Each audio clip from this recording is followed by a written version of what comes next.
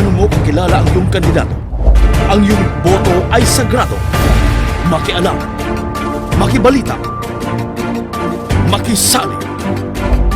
Katuwang ang Radyo Todo, kilatisin ang inyong lokal na kandidato sa Dapat Ako, a Candidate's One-on-One Interview. Good morning sa tanan, ang sa tanan nga taga-subaybay it Radio Todo Aklan 88.5 FM. Radio Todo Facebook page ag Todo Teleradio. Ag sa kutob kumabutan ko aton nga pagpagayag makaron nga agahon. Mangin kibahan aton makaron na si Mayor Joel Miraflores nga nagapadagagan sa pagkagobernador.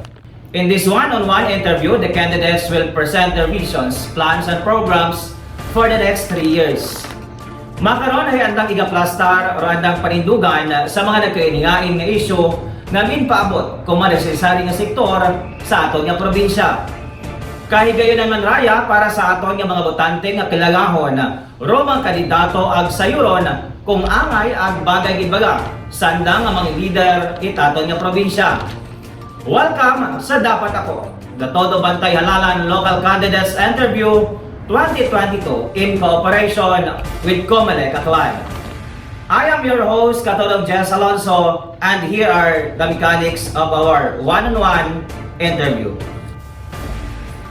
The Dapat Ako, a candidate's one-on-one interview is an initiative of Todo Media Services, and the airtime for this forum will be free of charge. The candidates to be invited must have officially filed their COCs for following local positions in Aklan and are running this upcoming 2022 elections for congressman, governor, vice governor, and mayors.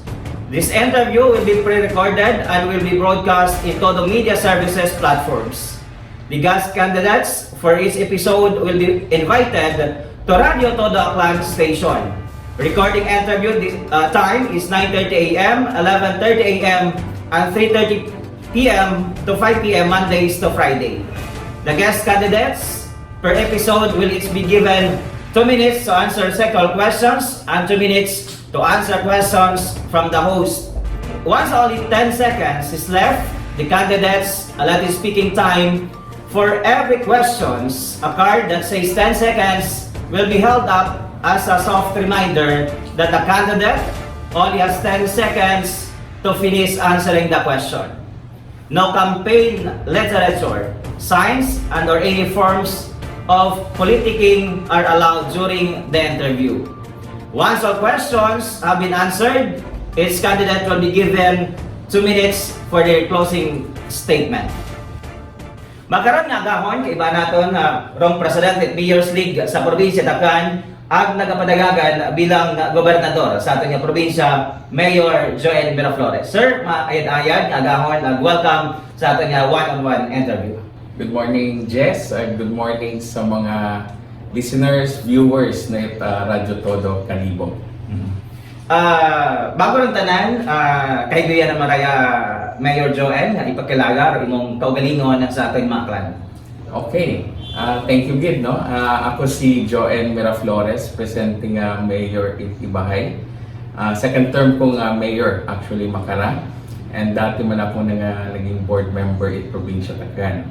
So, from 2010 to 2016, ay isiga akong senior board member sa Aklan. And 2016 until this day, ay presente ako nga Mayor. And at the same time, ay na-mention na mga ni Jess, no, nga Presidente at Mayor's League sa bilog ng Provincia Tacloban.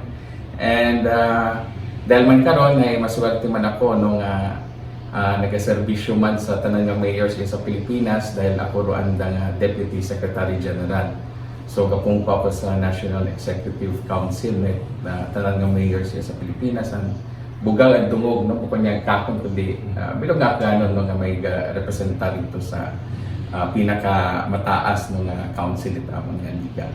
And sa makaron ay syempre no gusto ko man nga magpanerbisyo no sa bilog ng probinsya Tacloban. And thank you so much Mayor Joel Miraflores. Masunod nato nga pangutana magalin sa aton mga sectoral groups sa aton kanang probinsya Tacloban. Unahon naton rong mga pangutana halin sa aton nga transport group pinagi kay Mr. Edgar Ikasensa. Mayad-ayad nga adlaw probinsyang Aklan, mayad-ayad man nga adlaw sa tanan nga jeepney ag bus operator ag drivers. Ako si Edgar Sumel A. Casinsa, driver operator ag chairman it Malinaw Liso Transport Cooperative. Ag nagapaabot ako it kutana sa atong mga kandidato it pagka-gobernador. Sir, anong bulig dumahimo para sa improvement at Western Side Terminal? Okay. So, thank you gid no sa pangutana Sir Edgar.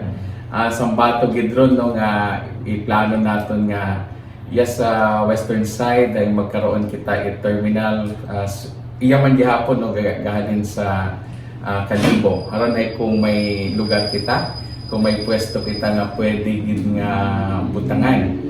And bukod kita malisod no nga pwede mo katon dahil para hindi man malisdan or aton nga mga manugsakay nga sa makaroon abiyay kung siin pabilo terminals makaret ibahay, Tangalan, Nabas. So sakto gid ron no nga kung may aton gid nga sarili no nga terminal hay inaon gid tanan nga hindi kita ba malisdan no aton nga mga manugsakay, riders, dahil sambato at agid anda nga ginatunan. So manami man ron nga mabutangan gid naton and no problema ang karon ay usuyan gid naton it pwesto no kung siin gid kita karon pwede makabutan. Thank you so much, Mayor Miraflores. Rong nga masunod nga magapangutana halin sa aton nga health sector. Pinagi kay Dr. A.K. De La Cruz, rong Presidente, it Aklan Medical Society. Good day, I am Dr. A.K. De La Cruz. I am the current president of the Aklan Medical Society. As a representative of the health sector of the province, I would like to ask these questions to our candidates for governor. Because of the COVID-19 pandemic, it has exposed the weakness of our health sector. And one of these is the inadequate number of healthcare workers, especially the nurses, and the inadequate support they are receiving. If elected governor, how would you ensure that the provincial hospital has adequate number of healthcare workers, especially the nurses, and what is your program to support them? Follow-up question is, this is answerable by yes or no. Will you promise, if elected, to end nurse volunteerism without proper compensation in the provincial hospital? Thank you. Thank you, Dr. De La Cruz, for that question. First, tama gid ron no nga problema makara sa provincial hospital is the manpower. Siyempre sa makaron ay aton nga mga ibang mga nurses ay mas gustong gid magtrabaho no, sa guwa dahil man sa manami ituro andang mabaton. So, sambato na kung nga naisip ng programa ay sa mga gusto no nga magsuod sa medical field, sa either doctor, nurses, medtechs, ay magkaroon kita scholarship program para kanda. Kita ro mapatuon kanda. And gid karon is once na nag-graduate sanda, ay mag-return service gid sanda sa aton nga provincial hospital. Dapat ay may istoryahan dahil natin no, kung pilang years at syempre may compensation matagihapon no, while they are serving here in the provincial hospital bago sanda no, nga magguwa or mag-apply no, sa iba man nga bansa. So sambato gid ron nga pwede natin nga approach para hindi gid kita malisdan no, sa manpower sa aton nga probinsya. And syempre sa nga follow-up question ay yes no, agree man ako nga dapat ay tawaan kita it sweldo masking ga volunteer kay dapat ay may ginabaton kagid sa imong serbisyo nga ginatao dahil kasayad man kita no, kung sa provincial hospital ay masako gid nga mayad, very busy akong pasyente and dapat gid man nga ra ato mga volunteer nurses or other sa medical field ay matawaan din natin it sapat man nga compensation. Thank you so much, Mayor Joel Miraflores. Garong masunod nga magapangutana, magaling sa ating youth sector. Magandang araw. Ako po si Miss Lena Rosales. Dito po sa probinsya ng Aklan, meron po tayong SK o Sangguniang Kabataan na itinatag upang tulungan, aksyonan ang mga problema po ng mga kabataan sa bawat barangay. Ganon din po, isa rin po sa mga misyon nito ay ang maturuan ng mga kabataan kung paano mamuno ng tama. Subalit, hindi may pagkakaila na dito pa lamang po sa ating probinsya may mga sangguniang kabataan na ang hindi nagagawa ng tama ang kanilang mga tungkulin.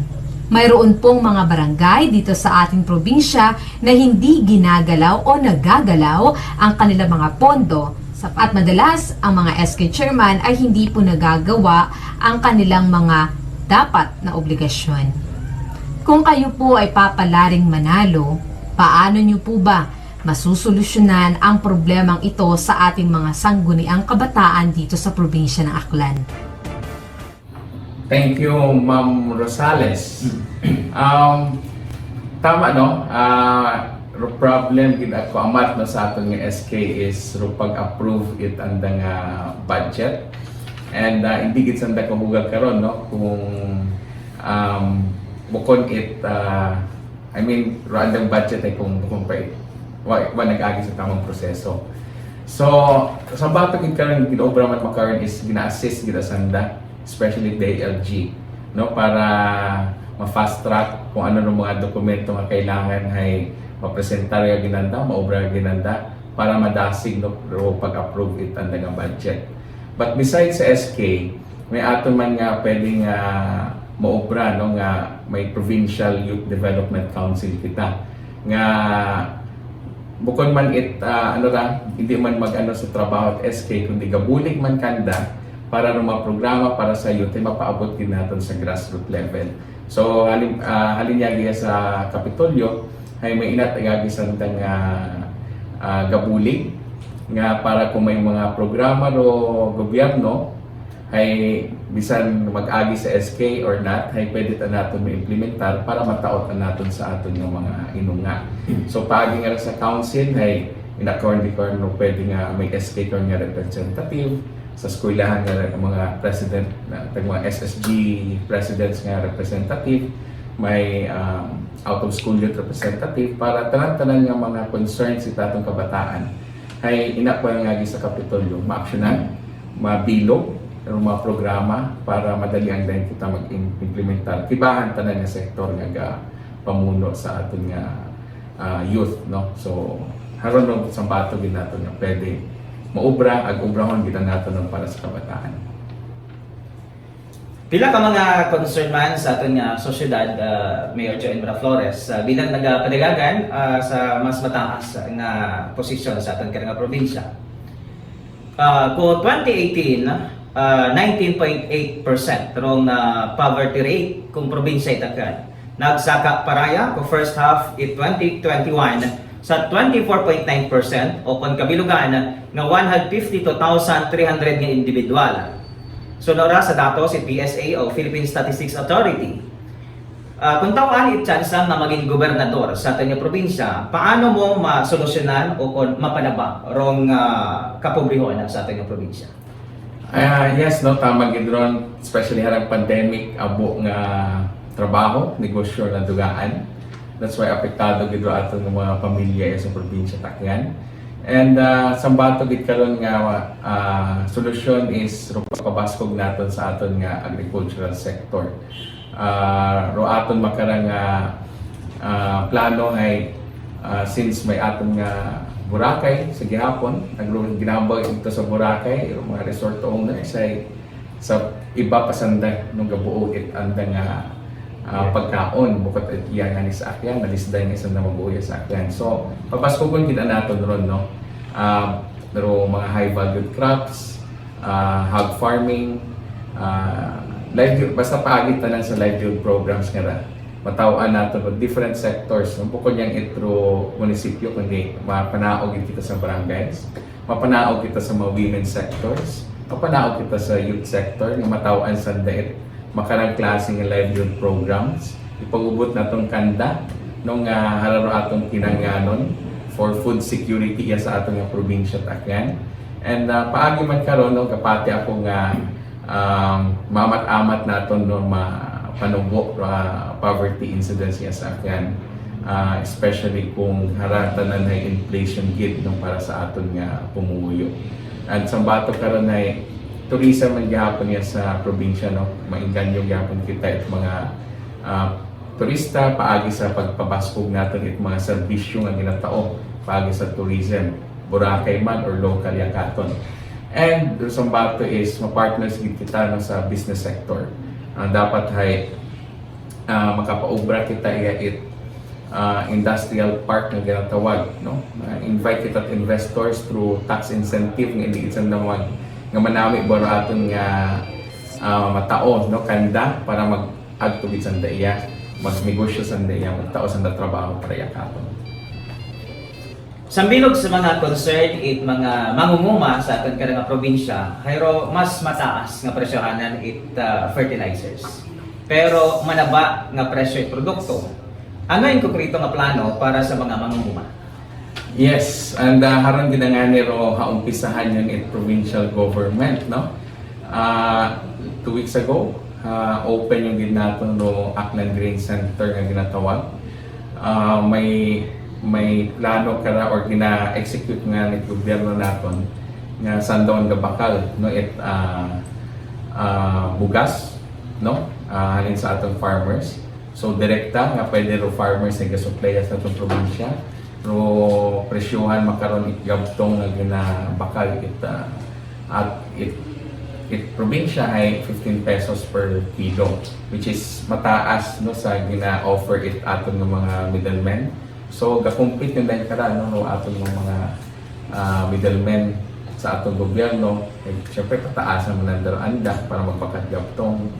And pero problema gid no ang gidaraan na nabatian is ro mabinhi ng fertilizers nung mataas man gyapon haray kailangan din naton ma-istorya no ro Department of Agriculture dahil bukod niyang problema ra sa Aklan kundi sa bilog na Pilipinas nga kung saan ay dapat ay may action gid kita kara basi pwede ka partner ro atong local governments sa aton nga DA kung paalin mapanubo basi pwede ka tao it sangkiri nga bulig no atong local government para mapanubo naton og presyo no it mga fertilizers nga para makabulig man kita sa aton nga mangunguma and haron no sa bato nga priority gid naton nga masolusyonan kung kita ay gapungko bilang gobernador.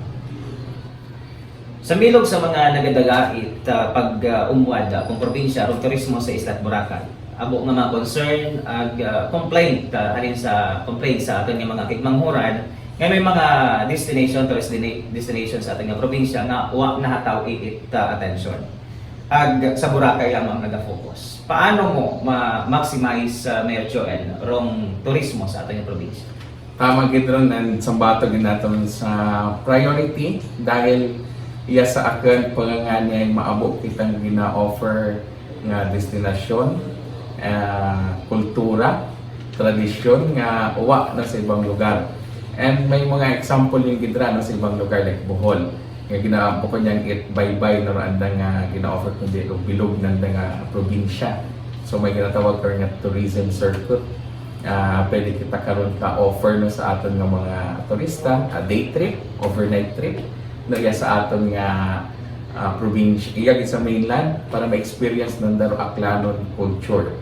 And haron no sa batod gid naton nga maplano dahil sa harang pandemic matya haron gid ro na ano naton sa bato nga experience nga learnings nga dapat ay pabaskugon naton ng local tourism dahil pag pandemic wa kita turista ka to nagdepende kita sa local tourism no. So haron no sa bato gid naton nga pabaskugon kailangan tawat bulig no mga LGUs naton tawan it accessible nga para makaabot dito sa nga falls so maginatago ng manggad and daray makabulig ka sa pagtrabaho at negosyo sa mga taga-ito no. So sa bato pa may culinary tourism pa kita ginatawag, food tourism then kita mo lang iyaro may mga may mga different kita nga pagkaon nga iyat akaton, no? Like kung inubarang manok, mga turista man sa Boracay, kapungutan sa sanda kung ano rin pagkaon itangan. Kaya sa Boracay, puro hamburger, mga pizza man gihapon, ito, seafood. Pero what nato gina-present, pero ato matang sarili nga pagkaon. So kung makita man nandun taga-bay, gali sa Washington. So mas madali kita makainggan na dahil sa food tourism na nga ron. And sa local circuit din natin nga makatao kita day tours, overnight tours sa atong probinsya Tacloban para makita man itaw atong manggad. Mayor Joanne Miraflores, nagpadagagan pagka-gobernador sa ating probinsya Tacloban, haman dapat ikaw rong pagabotohan. Dapat ako dahil kita nga rahay may plano, kita nga rahay may vision kung paalin pagid naton umaron no aton nga bilog nga probinsya Tacloban. Kita nga rahay nakalibot sa mga kabaranggayan sila sa probinsya Tacloban, nagnakita ko ro kung anong gihapon, ro mga kinanganon naton nga bulig nga igatao sa aton nga mga pumuyong akyanon. Sa ligan yung gid nga kung ano ro akon nga pamumuno no sa amon nga banwa ay duyon man no ro akon nga ginatawkin yung nga wat ginapili, wat ginaaywanan nga pumuyo kundi tanan kita kay hikayat ko kamo nga ibhan niyo ako para no nga maging progresibo gyapon nato nga probinsya Tacloban. So dapat ako dahil kita nga rahay gusto gid no nga makabulig sa gihapon sa probinsya Tacloban. Despite may pandemic ay kaya gid nato no masolusyonan no mga ginaagyan nato nga. Mayor Joanne Miraflores, aboy niya salamat, best of luck. Salamat kid Jess, salamat kid sa Radyo Todo no sa dayang nga nga opportunity nga mapaabot nato na aton nga plataporma at plano para sa aton nga probinsya Tacloban. Salamat kid. Abo man niya salamat sa aton mga sectoral groups nga nagpadaga po andang issues at concern sa aton nga mga kandidato. Imaman sa aton mga guest makaroon niya agahon na thank you so much for your time nga may plastarman ro inyong plataporma di gobyerno sa dapat ako ang Todo Bantay Halalan 2022 one-on-one interview, and this is your host Katodong Jess Alonso, maayad-ayad nga agahon katong tanan.